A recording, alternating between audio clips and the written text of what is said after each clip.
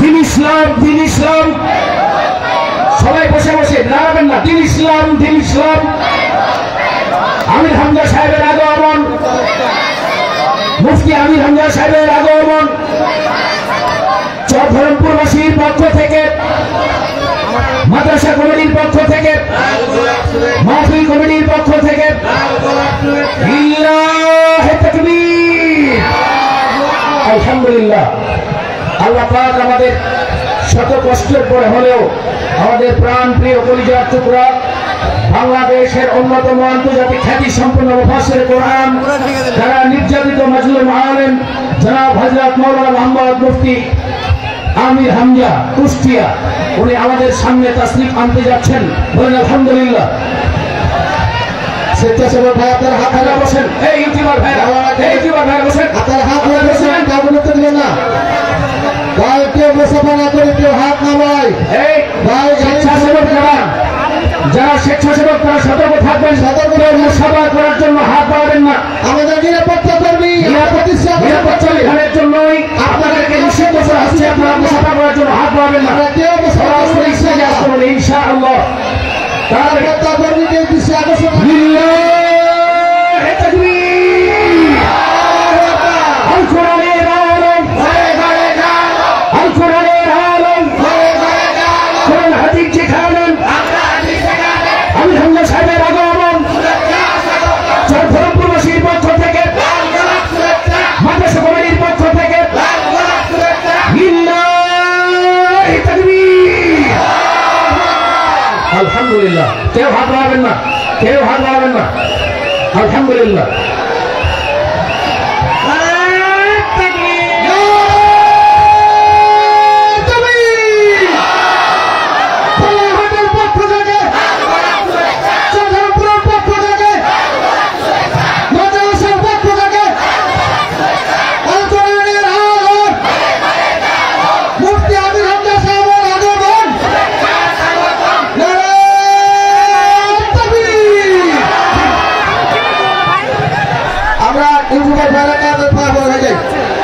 আমরা সবাই ফাঁকা ফাঁকা হয়ে যাই, আমরা সবাই শান্ত হয়ে বসে যাই। এ পর্যায়ে আপনারা না বসলে কিন্তু মেহমান আলোচনা করবেন না। আমি আপনাদের রিকোয়েস্ট করছি, আপনারা না বসলে মেহমান আলোচনা শুরু করবেন না। হুজুর আপনাদের কাছে আবেদন করছি, আপনারা বসে বলুন।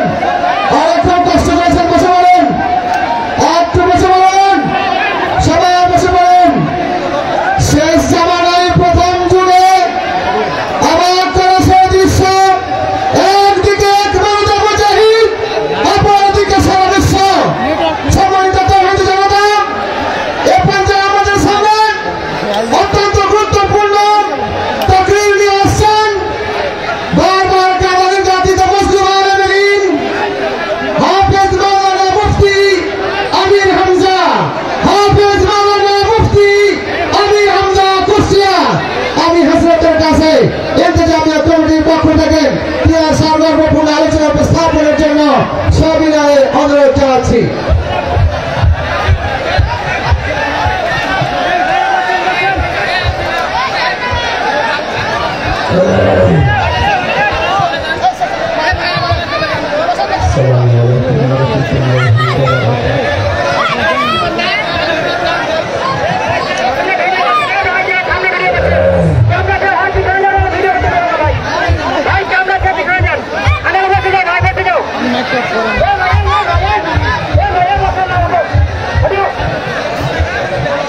إن الحمد لله والصلاة والسلام على رسوله الأمين وعلى آله وصحبه وأتباعه أجمعين ليلا ونهارا في الطرفين. فقد قال الله تعالى في كلامه المجيد وبرهانه التوحيد: أعوذ بالله من الشيطان الرجيم. بسم الله الرحمن الرحيم.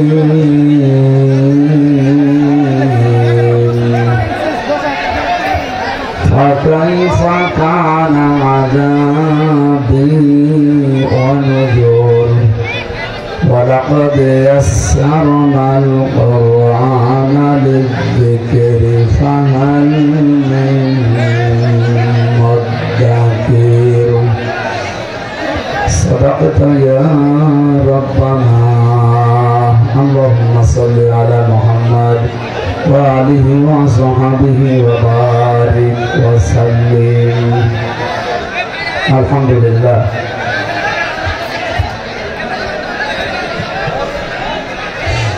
চাঁপাইনবাবগঞ্জ জেলার ভোলাহাট থানার অন্তর্গত সর ধরমপুর তালিমুল কোরআন নুরানি হাফিজিয়া কওমি মাদ্রাসার উদ্যোগে নবমতম মহাবিশ্বের মহাবিশ্বয় আমাদের মালিকের আমাদের মনিবের মুখের পবিত্র বাণী কোরআন কারীম তাফসীরুল কোরআন মাহফিলের সামধান সভাপতি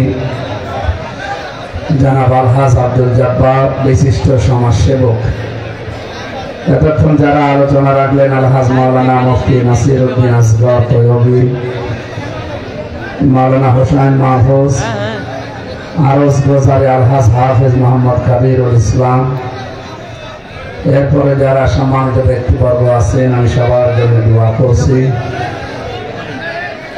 মঞ্চে বসা ওলামায়ে কেরাম সামনে বসা মুসলমান ভাইরা পর্দার আড়ালের সম্মানিত মা এবং বোনেরা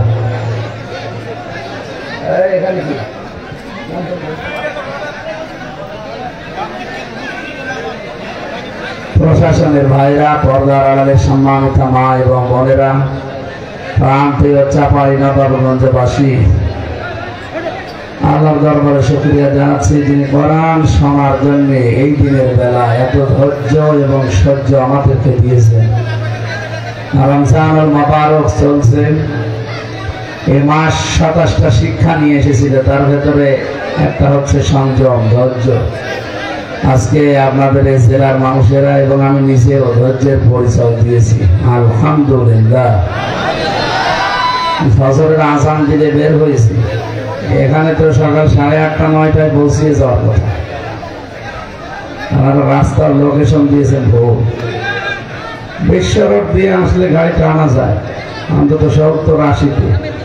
যে রাস্তায় দিয়েছেন 3-4 জায়গায় ব্রিজ ভাঙা, ওখানে আধা ঘন্টা, এখানে প্রায় 2.5 ঘন্টা লস। এরপরে রাস্তা ঘুরে আরেক দিকে আসতে যাচ্ছে, সে দেখে আর রাস্তায় এই করতে করতে আমাদের সময় খেয়ে গেছে। তাছাড়া আমরা নিজেরাও লেট করার ইচ্ছা না, আমরা ঠিক সময় বের হয়েছিলাম। হোসাইন এসে এখানে সকাল 10টায় কথা বলার কথা, ঘন্টাখানি ও এসেছে কিন্তু নামতেও পারে। যাই হোক, যিনি লোকেশন দিয়েছিলেন কি নাম আমি জানি না, ভুল করেছেন। কোনো কাউকে দিতে হলে দূরের যারা আসে, আমি তো আর আপনার গ্রাম অঞ্চল চিনি না, দূরের যারা আসবে বলবেন বিশ্ব রোড দিয়ে আসবে। ড্রাইভার আমার বলছিল দরকার 20 কিলো 30 কিলো ঘোরা হোক, আমি ট্রেনে কভার করে নেবো। আর এই যে 3-4টা ব্রিজ ভাঙা পেলাম, এই ব্রিজগুলো তো আমাদের এত সময় নষ্ট হয়েছে, গাড়ি যাবে না, আপনি অন্য রাস্তা দিয়ে ধরেন, তো অন্য রাস্তা আমি চিনি। ভুল হয়েছে ওনারও, আর আমি ঘুমিয়েছিলাম গাড়িতে, আমি আসলে জানি না। রাজশাহী পার হওয়ার পরে আমার ঘুম ভেঙেছে। এরপর থেকে যদি ওনারা বলতাম যে চাপাই দিয়ে, বলে তো চাঁপাইনবাবগঞ্জ থেকে এই জায়গাটা কয় কিলো? হ্যাঁ, ওরে বাবা, এটা অনেক দূর থেকে, তাহলে ঠিকই আছে। আমি মনে করছি মনে হয় চাপাই থেকে 10-12 কিলো হবে, তাহলে ঠিকই আছে ভাই। ও ব্রিজ ভাঙা ছিল, ভালো ছিল।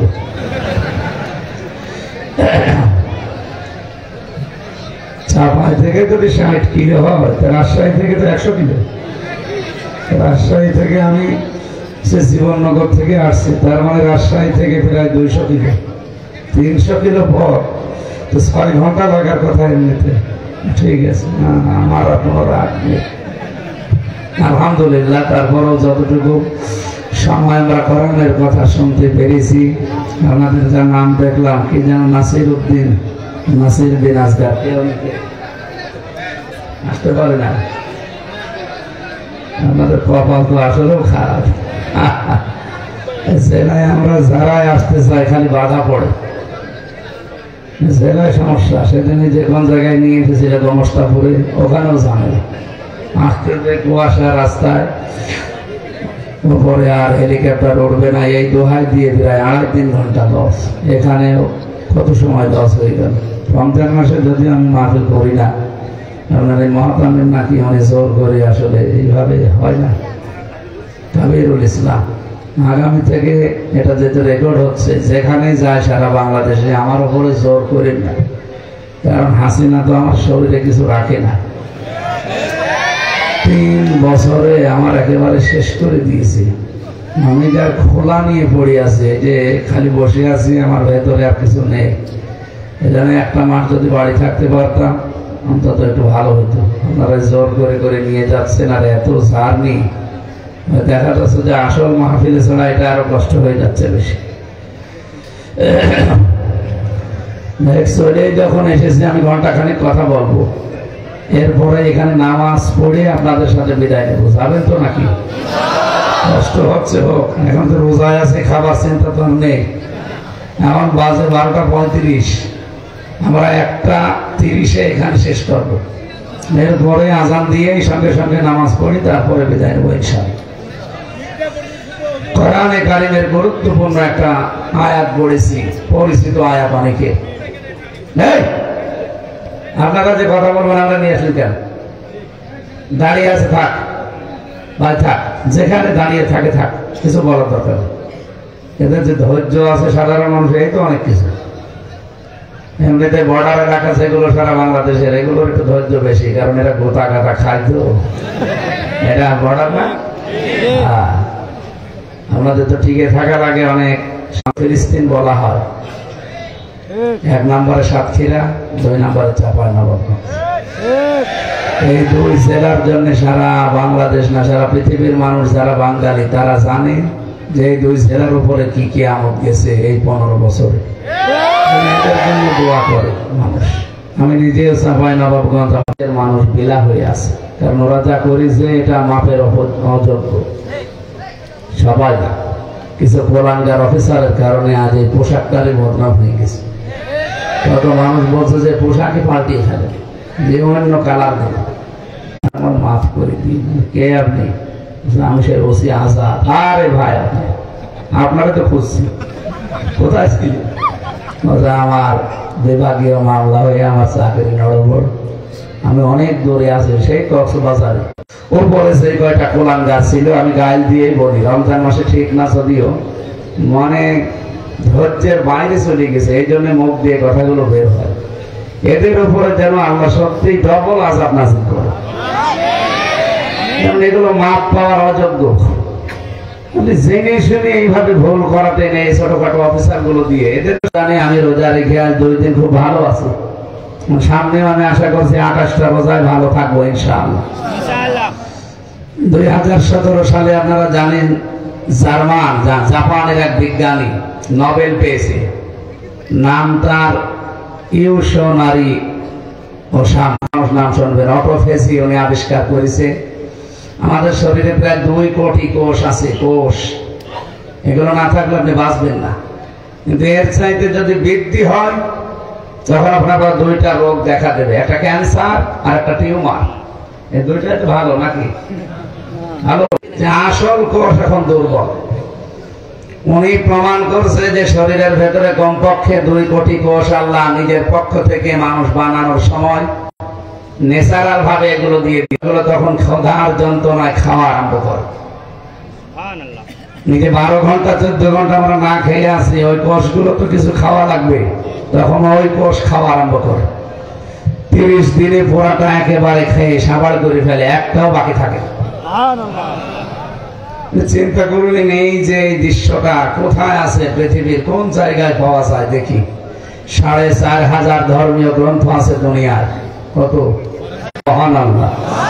তার ভেতরে 1 নাম্বার এই কোষগুলো 30 দিনে পুরা খেয়ে সাবাড় করে ফেলে আপনার আল্লাহর দেওয়া কোষ।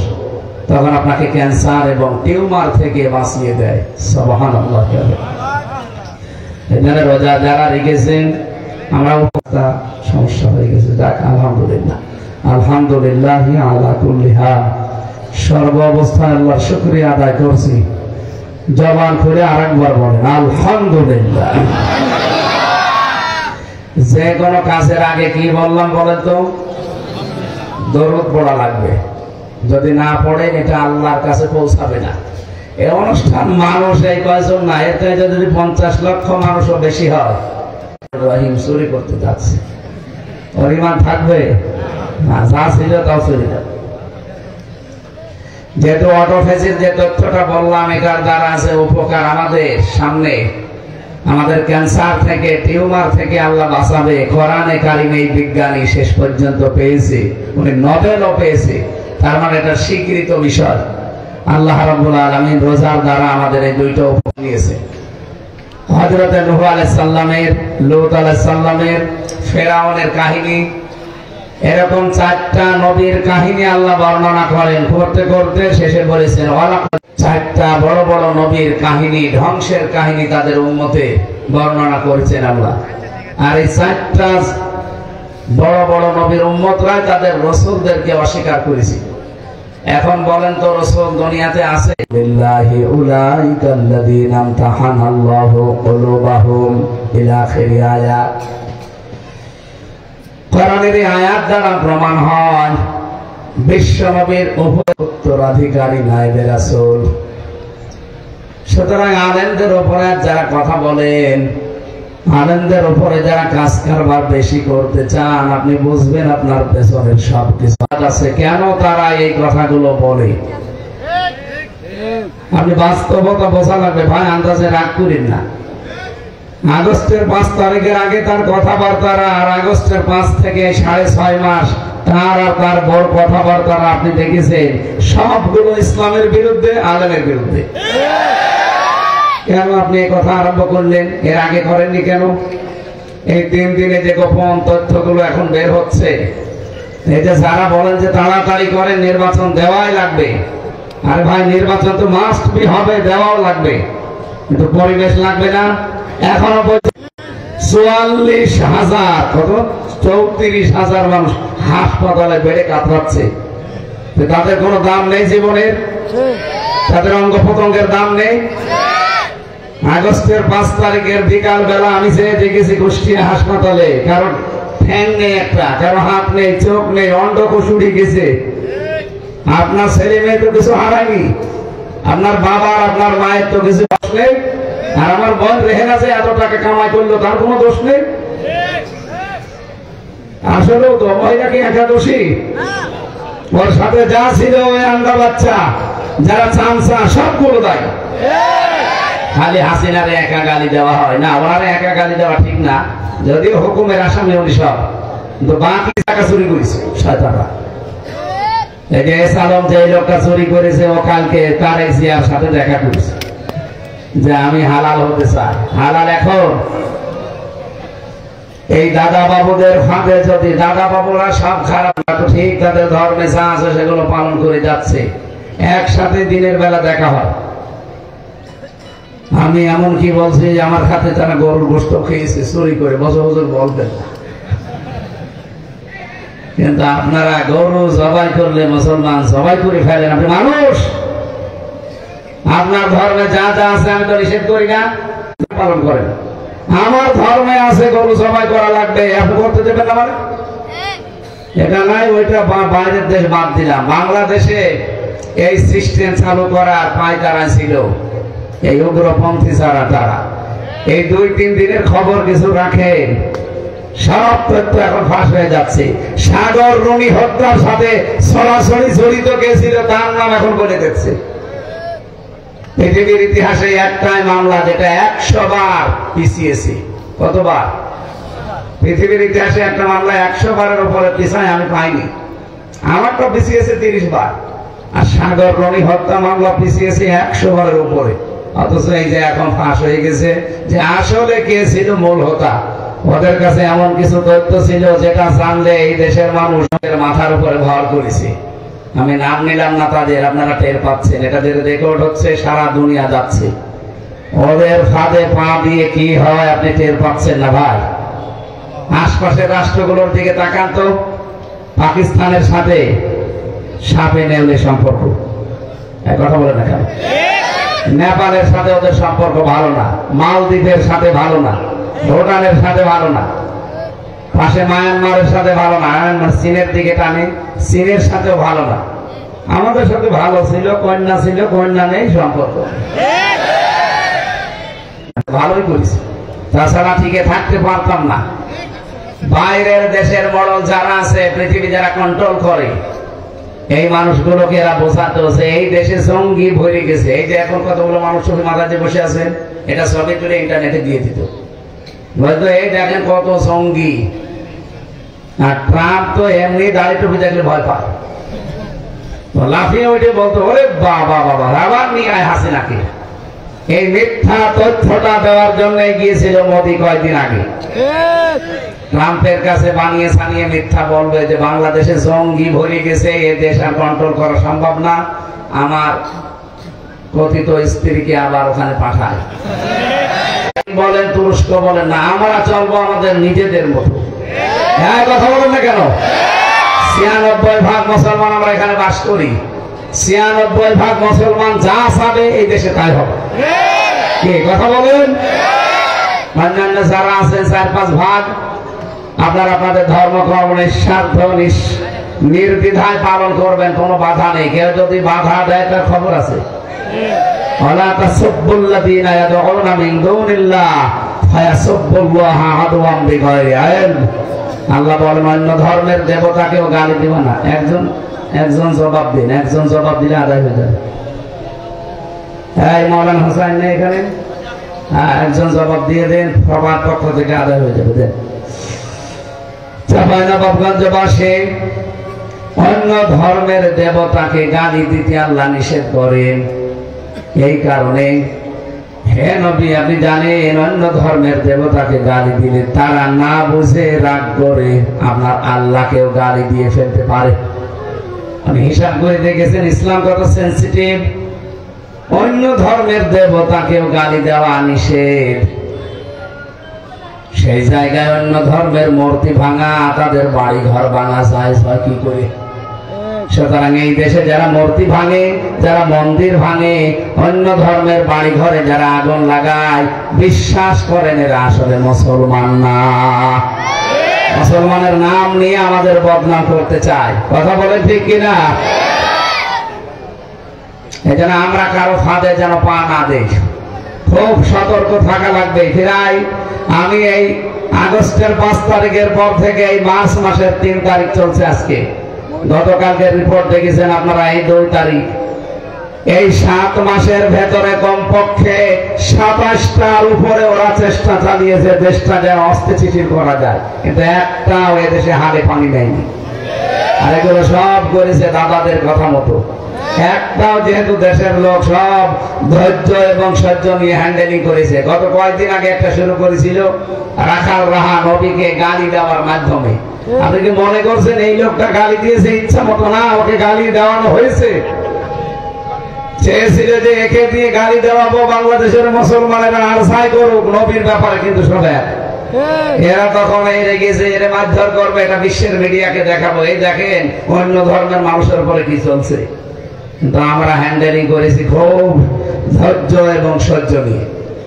আমরা বলেছি হ্যাঁ তার বিচার চাই, কিন্তু আইনি প্রক্রিয়ায়। কথা বলেন না কেন? ওই দিন,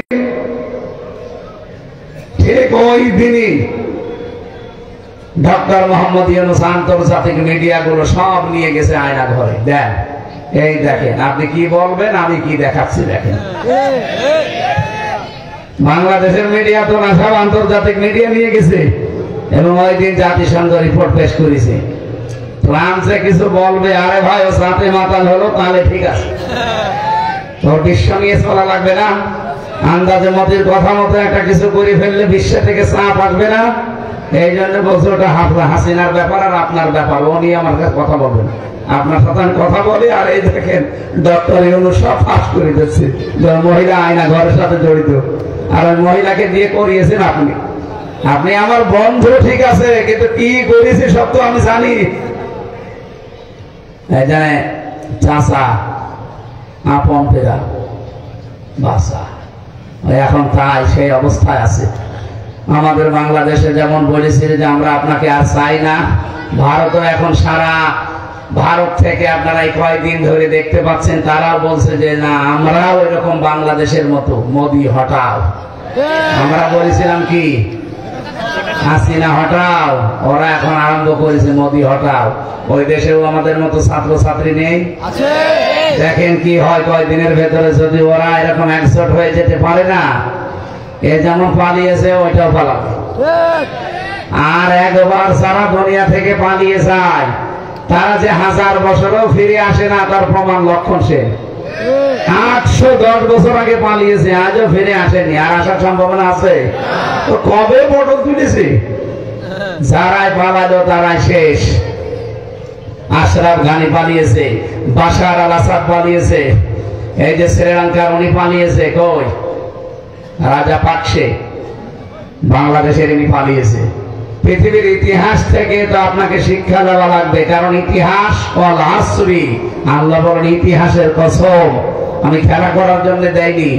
মানুষ হয়তো অনেক কিছু ভুলে যেতে পারে, কিন্তু ইতিহাস ভুলে সব কোড করে সংরক্ষণ করে রেখে দেয় যে এখান থেকে কিছু নাও। এজন্য আমাদের উচিত হচ্ছে ইতিহাস থেকে শিক্ষা নিয়ে সাহস সঞ্চার করে সামনে এগিয়ে যাওয়া। আর আসবে না সালেমরা ইনশাআল্লাহ। যারা আশায় খুব বেঁধে আছেন যে আপা আবার আসবে আমাদের কোলে তুলে আবার খাওয়াবে, ও কোলই শেষ হয়ে গেছে।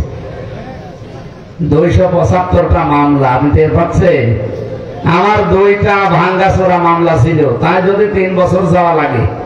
আর 275টা এক এক মামলায় যদি 1.5 বছর করে হয়, কত বছর হয়?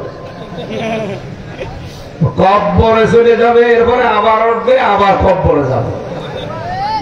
আমার পাশের বিল্ডিং এ ছিল একজন, ওর নাম মুকিম গাজী। বললাম ভাই আপনি কয় বছর জেলে আছেন? 40 বছর। কত বছর জেল আপনার? 260 বছর। 260 বছর আপনার জেল, আপনি আবারও বের হবেন। হুজুর দোয়া করেন আমি যেন বাইরে যেতে পারি। কবে? আপনার বয়স কমপক্ষে এখন প্রায় 65 বছর। সে পসিবল মানে ও আশা করলেও যেমন সম্ভব না। আমার কথা বুঝতেছেন? মুকিম গাজী আশা করলেও সম্ভব। 260 বছর মানুষ বাঁচে, তো 3 বার জন্ম নেওয়া লাগবে, কারণ 70-80 বছরের বেশি আমরা আর বাঁচি না। সেরকম যারা জালেম স্বৈরাচার যারা পালিয়ে যায় তাদের ফিরে আসা ঠিক ওই রকম। উনি যেমন আর পারবে না, ওখান থেকেই মরে কব্বরে যাওয়া লাগবে। এই পৃথিবীতে যারা স্বৈরাচার, যারা জালেম, যারা পালিয়েছে তারাও কব্বরে যাবে, আর ফিরে আসবে না। আসবে কোন মুখ নিয়ে বলেন আপনি? আমার নিজেরটা আমি বাদ দিলাম। মানুষ যদি ওর নাম শুনতে না পারে, এদেশে যাদের বাবাকে ধরে নিয়েছে, মেরে ফেলেছে, তার কাছে আপনি আসবেন কোন মুখ নিয়ে বলেন? কারো ভাইকে, কারো বাবাকে, কারো বোনকে, কত মানুষকে জঙ্গির নাটক দিয়ে ধরে নিয়েছে। কেউ 2-3 মাস, 1 বছর এক ঘরের ভেতরে রেখে বিশাল চুল দাড়ি গছায় তো বলতে এই যে জঙ্গি ধরা পড়ি, পুরাটা নাটক। এই 7 মাসের ভেতরে একটা জঙ্গি ধরা পড়েছে? কেন পড়ে না? কারণ জঙ্গির নাটক যে লেখবে সে মহিলা তো পালিয়েছে। আর যাদেরকে দিয়ে করাবে, কথা আমি নিজে শুনেছি ওদের মুখে, রিমান্ডে আমার নিয়ে ওরা নিজেরা বলাটাও করছিল যে এইভাবে আর কতদিন। তার মানে করে সব সাজা ওদের। আপনার বিশ্বাস হচ্ছে না? পুলিশকে জিজ্ঞাসা করেন, ওই যে বসে আছে পুলিশ, জিজ্ঞাসা করেন, সবগুলো নাটক ছিল। এই 7 মাসে একটা জঙ্গি ধরা পড়লো না কোন কারণে? হাসিনা থাকলে এই 7 মাসে আমার মনে হয় 1000 আলেম ছেলে থাকতো। পোড়াটা বানিয়ে বানিয়ে যাদের জীবন নষ্ট করেছেন, আপনি তাদের কাছে কোন মুখ নিয়ে যাবেন বলেন? আপনি যে ফিরে আসবেন চট করে, কিভাবে আসবেন? আপনি বলেন আমি আসতেছি, আশেপাশে আসে, চট করে ঢুকে পড়বো চাঁপানবাবগঞ্জের এই কানসাটের বর্ডার দিয়ে। আপনি আসে আমার সামনে কথা। কালকে পলক সাহেব একটা কথা বলেছে, আপনি দেখেছেন? পলক ওই যে মন্ত্রী ছিল, বলছে সবাইকে অন্তত বাংলাদেশে জেলে দেওয়া দরকার। তার মানে টের পাচ্ছে যে জেলে গেলে কি হয়। আমরা যেমন টের পেয়েছি না, বাংলাদেশের যে জেলখানা, এখানে অপরাধ মুক্ত হওয়ার জন্য পর্যাপ্ত ব্যবস্থা নেই। জেলার একদিন এসে বলছে তুই গাঁজার গাছ, তুই বীজ পেলি কোথায়? বলছে স্যার আমি কোর্টে হাজিরা দিতে গিয়েছিলাম, আমার তো বিভিন্ন লোক আছে বাইরে, তারা ওই গাঁজার পোটলা দিয়েছিল, ওইটা আমি এই মুখের ভেতরে নিয়েছিলাম, এখানে নিয়ে মেশিনে আসার সময় স্ক্যানে আর ধরা পড়েনি, চলে এসেছি। এসে এই যে বোতলের মুখ কেটে ওর উপরে মাটি দিয়ে টপ বানিয়েছি, ওর উপরে গাঁজার বীজগুলো আজ 2 মাস আগে লাগিয়েছি, দেখেন কত বড় বীজ। জেলা তো হিন্দু তো দেবদুল্লাহ, শয়তান তুই গাঁজা খাওয়ার কারণে পুলিশ তোরে ধরে দিল আমার কাছে জেলে, তোরে আমি রাখলাম জেলের কন্টেন্ট সেলের ভেতরে, তুই এর ভেতরেও গাঁজার গাছ লাগালি, তোরে আমি তো স্বর্গে দেওয়া লাগবে। বাংলাদেশের এই জেলখানাগুলো মানুষ সংশোধনের জন্য পর্যাপ্ত ব্যবস্থা নেই। যদি এই সিস্টেম গুলো চালু থাকতো, ওই ব্রিটিশের নিয়মই চলে। যদি এই নিয়ম করতো যে যারা অপরাধী, যাদেরকে সত্যি অপরাধ প্রমাণ হয়, 8 বছর 10 বছর জেল মনে করে। কিন্তু বাংলাদেশে এখন নিয়মটা কি যে বানিয়েছে, কারা এই যে দায়িত্বগুলোতে আছে, এগুলো ইসলামপন্থী মানুষগুলো ওখানে যাওয়া দরকার। 30 বছর জেল দেয়। আরে ভাই 30 বছর জেল দিলে তার জীবনে কিছু থাকে? একটা অপরাধ সে করেছে, তার তো সংশোধনের সময় দেবেন। 30 বছর যদি জেল খাটে আর কমপক্ষে 25-30 বছর এসে জেলে যায়, 60 বছর শেষ, সে বের হয়ে আর কি করবে? ওই শাহজাহান জল্লাদের মতো এসে বিয়ে করবে, ধরে মরে যাবে। শাহজাহান মজরানি মরে গেছে, আমার সাথে ছিল, যেই দিন জেলে গেলাম ওই দিন ওর সাথে দেখা। আমার এসে বলছে হুজুর আমি জল্লাদ শাহজাহান, জল্লাদ শাহজাহান। চেহারা দেখে আমি মনে হয় পানি খাবো। কারণ হচ্ছে চেহারার সময় গোপ এইরকম পাকিয়ে রাখে সেনারুল উসমানের মতো, ভেতরে তো সেরকম দাপট নিয়েছে, ফাঁসি দিত। এক একটা ফাঁসি দিলে 4 মাস মাফ হতো, মনে করতো আমি বের হয়ে চলে যাব। আর খাওয়া দাওয়া ওর জন্য সরকারের পক্ষ থেকে আলাদা ছিল।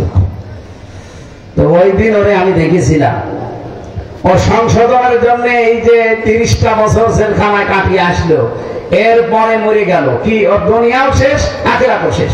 কারণ বহু মানুষকে সে ফাঁসি দিয়ে 4 মাসটার মাফ হয়েছে, ঠিক আছে, কিন্তু কত নিরপরাধ মানুষের ভেতরে ফাঁসিতে ঝোলায়নি।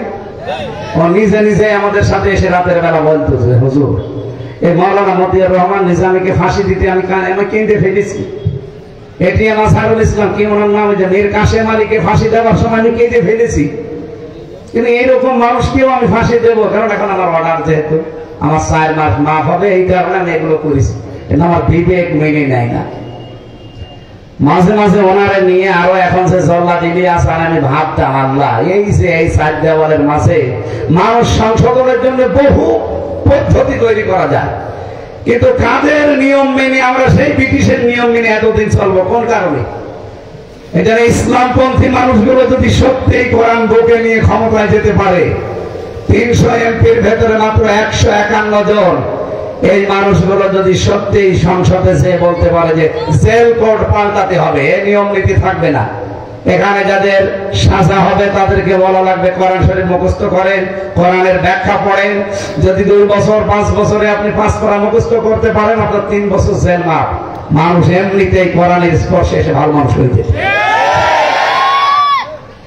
আমি এক ওসিকে পড়াতাম, ওই ছাত্র জীবনে যখন বিশ্ববিদ্যালয়ে ছিলাম, আমার সামনে সে ঘুষ নিয়েছিল। পড়াতে পড়াতে একবার ঘুষের টাকা এরকম 5টা হাদিয়া আসলে 50 লাখ, 5টা আসলে মাসে। পরবর্তীতে আমি যে কয়দিন ছিলাম ওনার কোরআন শরীফ বুঝিয়ে পড়িয়ে অর্থ ব্যাখ্যা যেভাবে পারতাম, আমার বলতো আমি প্রতিটি শব্দের অর্থ বুঝে বুঝে পড়তে চাই আপনার মতো। আমার মতো পড়তে হলে আল্লাহ পাক বলেন ওয়ালাকাদ ইয়াসসারনাল কুরআনা লিযিকরি, এই জিকিরটা আমি দুনিয়ায় দিয়েছি মানুষের জীবন সহজ করার জন্য, পরিচ্ছন্ন করার জন্য, পরিষ্কার করার জন্য। ফাহাল মে মুদ্দাকির, এর বড়ও কি এখান থেকে কেউ শিক্ষা নিতে পারো না? আফসোস করছে কে? বলেন বলেন। আল্লাহর এই আফসোস এই রমজান মাসে, কোরআন নাযিল হওয়া মাসে থাকতে দেবে না। এখন থেকে ধীরে সিদ্ধান্ত, এখানে যদি দিনের বেলা রাতের বেলা মাগরিবের পরে ছোট ছোট বাচ্চাদের পড়ায়, বয়স্ক মানুষেরা এসার পরে আধা ঘন্টা সময় দেবে। তারাবি যদি 9:30টায় শেষ হয়ে যায়, 9:30 থেকে 10টা আধা ঘন্টা কোরআন শরীফের এই মহাতামিম যে আছে কাবিরুল নাকি, ওনার আরো যারা শিক্ষক শিক্ষিকা আছে আশপাশে 1-2-3 কিলোমিটার থেকে এসে পড়বে। যেভাবে হোক শিখে মরা লাগবে। আপনি যদি শিখতে নাও পারেন, শুধু চেষ্টা চালিয়ে যান, তাও আপনি তালেবে এলেন। আর তালেবে এলেন মরে গেলে কোনো হিসাব নেই, বিনা হিসাবে জান্নাত। তালেবে এলেন শুধুমাত্র 8 বছর 10 বছরের শিশু বাচ্চারা না, এর মুরব্বীও তালেবে এলেন। কি কথা বুঝতেছেন? এই জন্য আল্লাহ যেহেতু আফসোস করেছেন, ফাহাল মিন মুদ্দাকির, এখান থেকে শিক্ষা নেওয়ার মতো কি কেউ নেই? আল্লাহরে আফসোস যেন আমরা আর সামনে থাকতে না দেই। এই রমজান এই গুরুত্বপূর্ণ সিদ্ধান্ত নিয়ে আজকে বাড়ি যাবেন, এখন থেকে আলিফা শুরু করবেন। কি কথা বুঝতেছেন? পড়তে পারেন না কোরআন শরীফ? কারা শুদ্ধ করে হাত তোলেন তো। পড়তে পারেন না শুদ্ধ করে, আমার লজ্জা লাগছে না? হাত তুলছেন, হাত নামান। আপনি আর হিন্দু তো সমান, খালি আপনার আগা কাটা আছে, ওর আগা কাটা নেই, এই পার্থক্য। না আমি তো লজ্জা দিতাম না। মুসলমান আপনারা সাক্ষীরা সাফাই নবাবগঞ্জ আমরা যে নিয়তে দেখি, যে চোখে দেখি, সেটা তো পাওয়া যাচ্ছে না। এখানে 100 ভাগের অন্তত 95 জন মানুষ তো কোরআন শরীফ পড়া জানা লাগবে। কোরআন শরীফ শুধু পড়াই না, এই রোজার মাসে সিদ্ধান্ত নেবেন আল ফুরকান, এটা সত্য মিথ্যার পার্থক্যকারী কিতাব। সুতরাং এই রমজানে আমি এমন ভাবে পড়বো, বসবো, 1 মাসের ভেতরে একটু অন্য কাজ কমিয়ে দিয়ে। এই সেই মাস রমজান, যেটা মানুষের গোনা খাতা পুড়িয়ে দেওয়ার জন্য এসেছে। রমজান মানে পুড়িয়ে ফেলা, মানুষের অপরাধ গুলো রমজান পুড়িয়ে ফেলবে। আল্লাযী উনজিলা ফীহিল কোরআন, এ মাসে আল্লাহ কোরআনে কারীম তোমাদের উপরে নাযিল করলেন। চাপাই বাসি 1500 বছর আগে কোরআন নাযিল হওয়া, এর আগেও কিন্তু দুনিয়ায় রমজান মাস ছিল না? ছিল না? কিন্তু রমজানের এই মূল্যটা ছিল না। এর মূল্য মর্যাদা এত বেশি বাড়ার কারণ হচ্ছে কোরআন। এই যে মার্চ মাসের 1 তারিখ থেকে আরম্ভ হয়েছে রোজা, যেদিন চাঁদ উঠল ওই দিন চাঁদ ওঠার আগ পর্যন্ত শাবান মাসের ওই মাগরিব পর্যন্ত যদি আপনি সুবহানাল্লাহ 70 বার পড়তেন, 70 অক্ত নামাজ পড়তেন, যে সওয়াব পেতেন, ওই চাঁদ ওঠার পর থেকে একবার সুবহানাল্লাহ পড়লে ওই সওয়াব হচ্ছে। কেন এটা হয়? শুধুমাত্র কোরআনের কারণে, যার কারণে আমাদের দাম এত বেশি এই রমজানের। তার সাথে যদি সম্পর্ক না থাকে, তাহলে আপনি কিসের সাথে সম্পর্ক করে দাম বাড়াবেন? আমরা ব্যর্থ হই, আমাদের কপাল আসলেই খারাপ। দল মত যেই জায়গায় আছেন, যেই কাজ করেন, কর্মজীবন আপনার যাই থাক, একেবারে দৃঢ় সিদ্ধান্ত এখান থেকে আজকে নিয়ে যাবেন যে কোরআন না শিখে না বুঝে আমি মরবো না। মানতে পারি না মানতে পারি সেটা আলাদা, আমি শিখবো, বুঝবো, তারপরে মরবো। কি নিয়ত করা যাবে না? পাক্কা নিয়ত করা যাবে না? যে যেখানে আছে প্রত্যেকে সময় দেন। পুলিশ ভাইদেরকেও বলছি, অনেকে পড়তে পারেন না, বোঝেনও না, না সময় দেন। প্রতিদিন অন্তত 15 মিনিট করে আপনি একটু চেষ্টা করেন, সহজ হয়ে যাবে।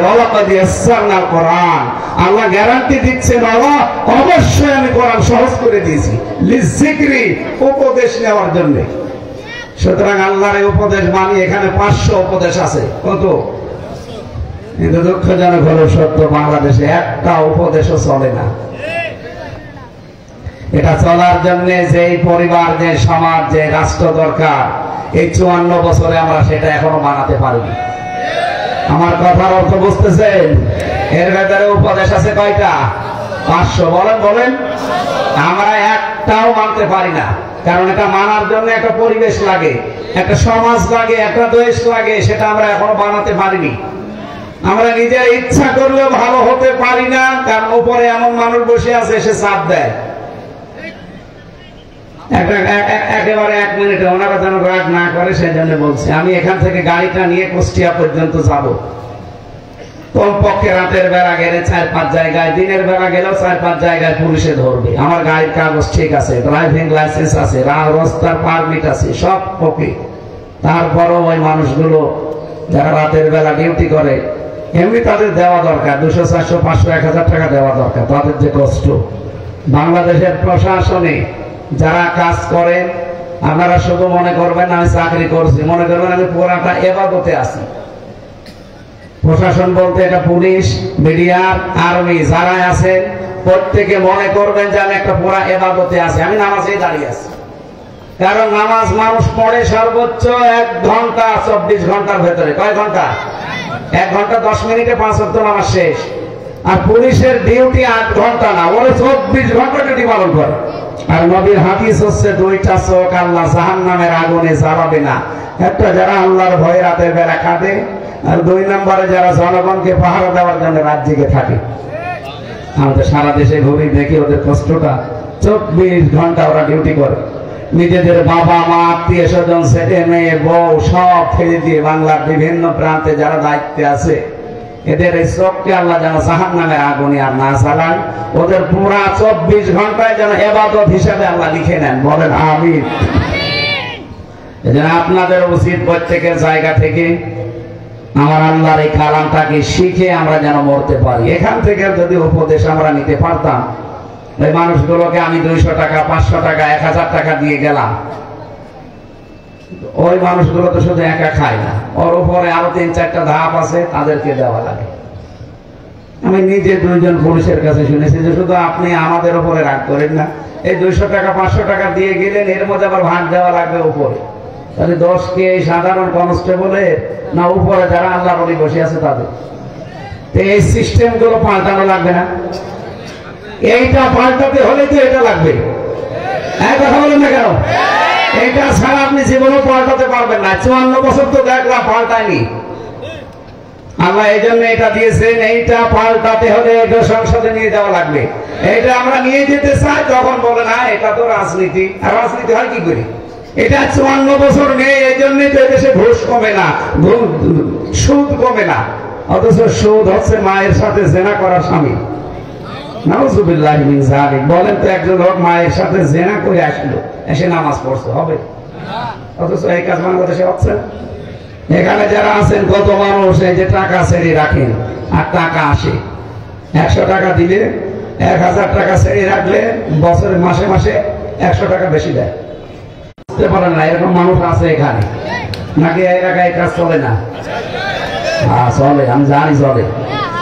সুতরাং এই কাজে যারা আছেন বলেন, আমি এই যে কোরআন শরীফের কাছে জিজ্ঞাসা করেন সূরা তাহা 124 নম্বর আয়াতে, আল্লাহর আইন বাদ দিয়ে, জিকির বাদ দিয়ে যারা অন্যভাবে জীবন যাপন করছে তাদের জীবন আল্লাহ সংকীর্ণ করে দেবে।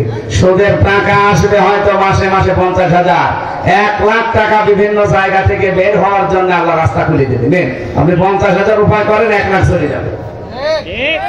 এই জন্য হারামে বরকত হয় না, হালালে বরকত হয়। গরু বছরে জন্মায় একটা, এত গরু খাওয়ার পরও কমে না। আর কুকুর বছরে জন্মায় 12-13টা, তারপরও কুকুর পাওয়া যায় না। আমরা এই জন্য হালালের দিকে থাকবো। আমার জীবনটাকে যেন আমরা উল্টা পাল্টা ব্যবহার করে আমার আখিরাত আমরা যেন নষ্ট না করি। কোরআনের উপদেশ মানিক গ্রহণ করে আগামী জীবন চালানোর আহ্বান জানাচ্ছি আপনাদের। আমি নিজেও চলবো ইনশাআল্লাহ। এই মাহফিলের জন্য যে খরচপাতি হয়েছে আপনাদের কাছে ওনারা একটু দাবি করছে, যার যতটুকু পারেন, মাদ্রাসা তো একটু দিয়ে